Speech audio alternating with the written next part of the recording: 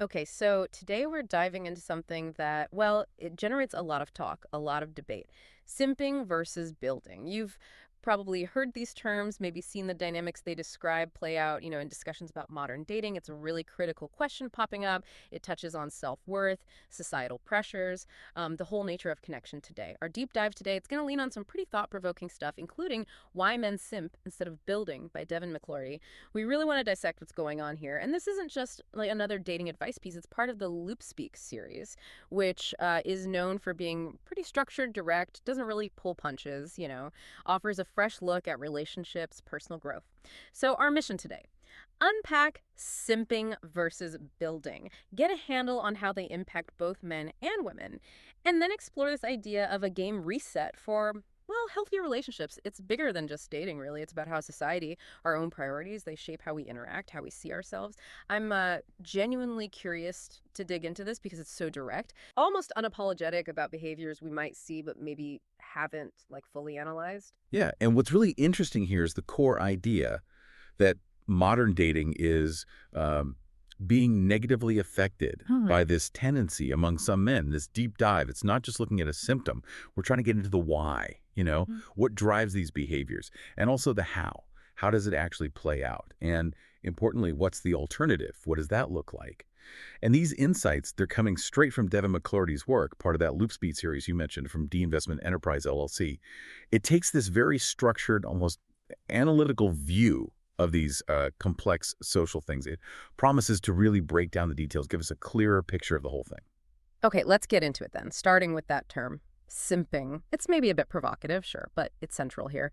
And the source gives a very specific definition, which is like foundational to the whole argument. It defines simping as overinvesting in women with no return of respect, interest, or clarity. So it's Right. not just being nice, right? Right. Or generous. No, exactly. It's about a specific imbalance. A one-sided investment where, well, the expected return just isn't happening. And what's absolutely crucial to get here, the source points to its core psychological root. It says, and this is a direct quote, simping is fundamentally rooted in validation seeking, not leadership. Hmm. That's a really big distinction. Validation seeking, not leadership. Okay, right. It means the behavior comes from this deep need for external approval, wanting someone else to say you're okay, you're worthy, instead of having that internal self-generated sense of worth or, purpose. Think of it like someone always performing, hoping for applause, instead of, say, pursuing a craft just because they love it. It's chasing outside approval over internal drive. That makes a lot of sense. So it's less about the action itself, the over-investing, and more about the why behind it. That's what defines simping here. But okay, if that's the core, this validation-seeking thing, why do men fall into it? What are the triggers? Societal pressures, does the source shed light on that? Oh, absolutely. The source points to several key drivers. And what's interesting is how they often kind of mesh together to create this situation. One big one is just a pervasive fear of being alone. That's a really powerful human motivator, right? It can push people to latch onto any connection, even if it's, well, not great or disrespectful. Then a lack of purpose or financial foundation. That could be a huge factor. When a man doesn't have that strong internal anchor or a clear direction, that void, it often gets filled by seeking validation from others. Okay. And then there's social media glorifying attention seeking. This plays a massive role, maybe bigger than we think. These platforms reward really superficial engagement, performative stuff. Creates this feedback loop where chasing likes, comments, it feels like real connection or validation. Right. And crucially, there's this misunderstanding of masculinity, confusing being nice with being valuable. Oh. This leads guys to think just being agreeable or overly accommodating that's going to earn respect or attraction, when actually it often signals the opposite, like a lack of self-respect or real purpose. Wow. So it's like a perfect storm. Fear of being alone, maybe a lack of purpose, add in social media, pushing attention seeking, and then tragically confusing niceness with actual value. It sounds like a fundamental, almost rewiring of what value even means, an inverted view of how connection works. Precisely. The source really hammers this point. Without that internal compass, those external signals, they become way too powerful. These factors combined push men towards seeking approval instead of, building real value.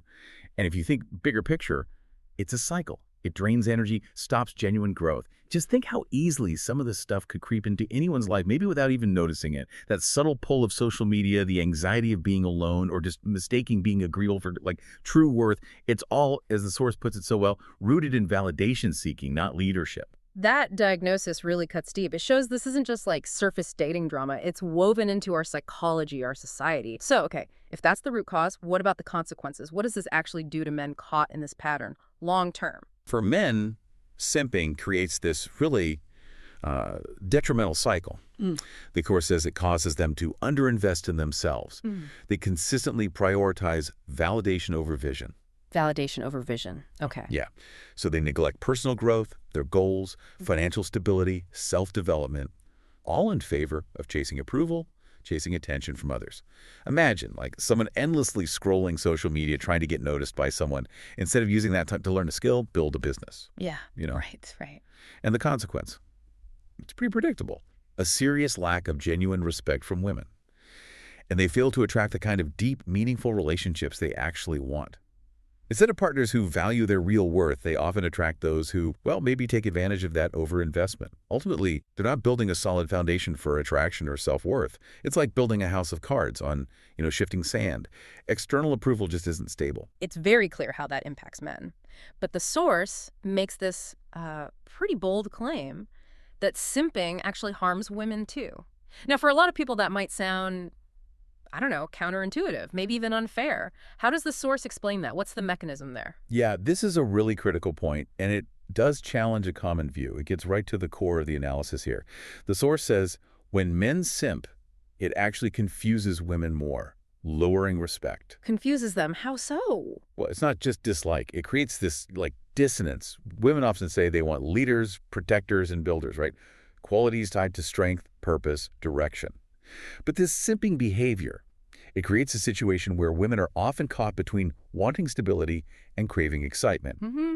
See, when men prioritize validation over vision, they are not showing those desired leadership qualities. They're not showing purpose. So it leaves women in this weird spot. On one hand, maybe the attention feels nice for a bit. But on the other, they sense this lack of genuine strength, lack direction. And that lowers their respect. It doesn't lead to the stable, respectful connection they're actually looking for. So it sets up this confusing dynamic. Exactly. It's a cycle of confusion, frustration, unfulfilling interactions for both sides. The overall result is pretty stark. Both sides lose when men choose validation over vision. Neither men nor women are getting what they genuinely need for a healthy, respectful relationship. It's just a lose-lose. Which definitely raises that important question. If both sides are losing, what's the way forward? So if simping is the problem, this lose-lose dynamic, what's the solution the source offers? It's called building. Okay, let's unpack that. How is building defined here? How does it contrast with simping? What does it actually look like? Right. Building is positioned as the direct antidote, the cure for that validation trap. The source defines it as creating value, structure, and confidence that naturally shifts attraction and respect. And this isn't just like an abstract idea or being passive. It's about active, intentional creation, doing things. What kind of things? Well, very practical stuff like building businesses, acquiring new skills, and cultivating personal discipline and purpose. It means focusing squarely on concrete self-improvement, developing that strong sense of internal worth, creating a life that actually has direction and substance. Instead of constantly looking outside for someone to tell you you're okay, it's working from the inside out, not the other way around. That sounds really powerful, proactive, a total flip from chasing approval to, cultivating your own value. This is where it gets really interesting. What are the actual tangible benefits for men who make this shift? From simping to building, what happens when they focus inward like that? Oh, the benefits are huge. Transformative, really. The source is very clear. Men who build businesses, skills, and discipline don't need to chase. Yeah. Attraction comes naturally. Naturally, how? Because their value, their purpose, their self-generated confidence, it just shows. It becomes obvious in how they carry themselves, what they do. And this isn't about being arrogant. It's about radiating competence, self-sufficiency. You know it when you see it. Okay. Plus, the document really stresses that respect is earned through direction, not desperation. When a man is clearly on a path, pursuing his goals, doing it with discipline, with integrity, that commands respect, naturally. This whole approach fosters genuine deep confidence, a stronger sense of purpose. It fundamentally changes the dynamic from neediness and pursuit to authentic attraction and mutual respect. It means that relationships, romantic or otherwise, they get built on respect for who they are and what they do, not on what they're trying to get from others. Yeah, absolutely. It completely reframes what it means to be valuable, not just in dating, but like in life.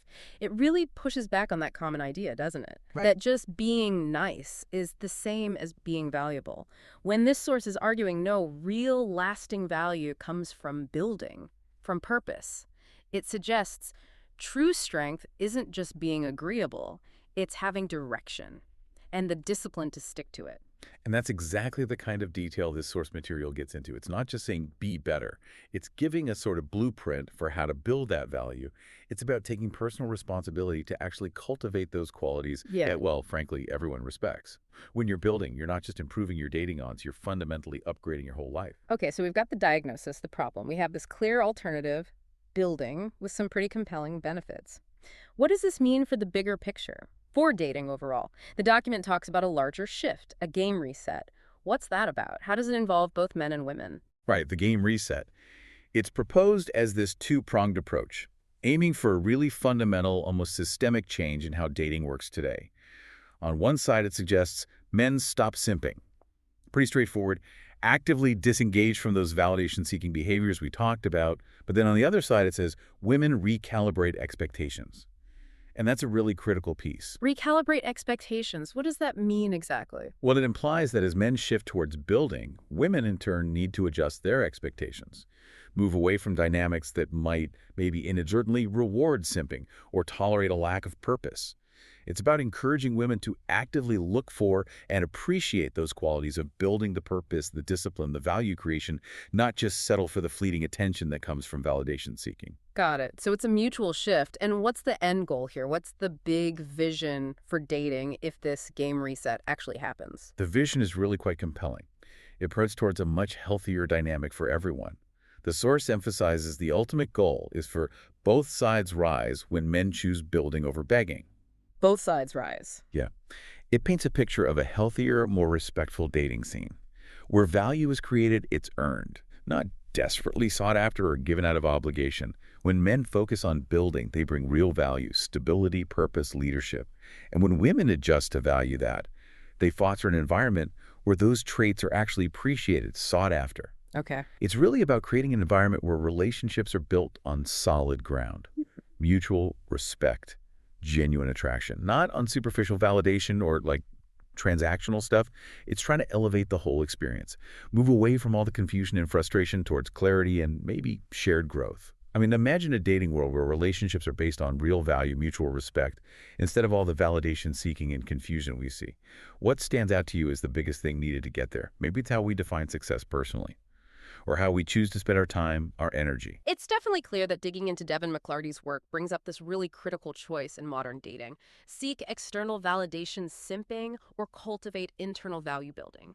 It's a serious challenge to how we might typically think, a direct call for a more purposeful way of approaching relationships and even self-worth. This source really did break down the why, gave detailed insights on the impact, and yeah, laid out a clear path forward. And if you connect this to the bigger picture, right, this shift, it isn't just about winning at dating in some shallow way. It feels more like a fundamental rethink of personal responsibility, of purpose. It kind of asks us to look at the foundations of our own lives, what really drives our interactions, our choices, where do we put our time and energy. So the question for you listening is maybe, what parts of your own life, even beyond relationships, could benefit from more of a building mindset? It's really an invitation, isn't it? To consider how focusing on self-improvement, on cultivating real purpose, intrinsic value, how that can lead to richer, more fulfilling experiences everywhere. It's about fostering not just better dating, maybe, but ultimately greater self-worth and more genuine, deeply connected relationships all around.